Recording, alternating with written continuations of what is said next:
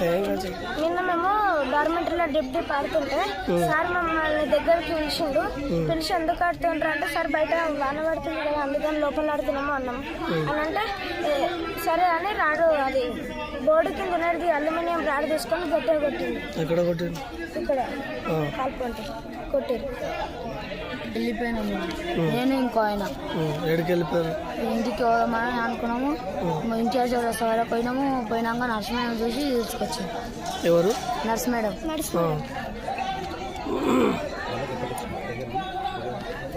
Class ఏం పేరు?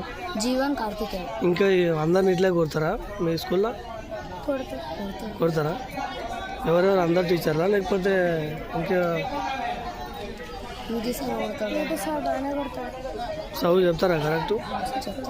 ఇదే కొట్టుడు ఉంటుందా? కొట్టే చెప్తారా?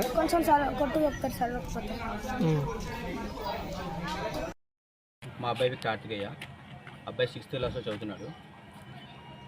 మొన్న పిల్లలు క్యాజువల్గా డార్మెంటరీలో ఆడుకుంటున్నందుకు ఈ పిల్లలు అనేటువంటి కారణం లేకుండా తెలియకుండా కానీ పీఈటీ సారు ఆ బోర్డుకు ఉండేటువంటి అల్యూమినియం రాడ్తోని కొట్టడం జరిగింది. ఆ విషయం కాస్త పిల్లలు చెప్పిండ్రు. ఆ విషయాన్ని పిల్లలు ఆ దెబ్బలకు భయపడి వారు కాస్త ఇద్దరు పిల్లలు స్కూల్కి వెళ్ళిపోవడం జరిగింది. వెళ్ళిపోయిన విషయాన్ని కూడా వాళ్ళు ఎవరు చెప్పలేదు. ఆ నర్స్ మేడం ఎన్టీఆర్ చౌరస్తాలో ఉన్నందుకు ఆమె కనిపిస్తే ఆ పిల్లల్ని తీసుకొని వచ్చింది. ఒకవేళ నర్స్ మేడం ఆ సమయంలో అక్కడ లేకపోతే ఆ పిల్లల రెస్పాన్సిబిలిటీ ఎట్లా? ఇన్నిసార్లు ఇండి స్కూల్లో ఈ విధంగా జరుగుతున్నా కానీ ఇంతవరకు ఎవరు చర్యలు తీసుకున్నది దాఖలాలు ఎక్కడ కనిపించట్లేదు.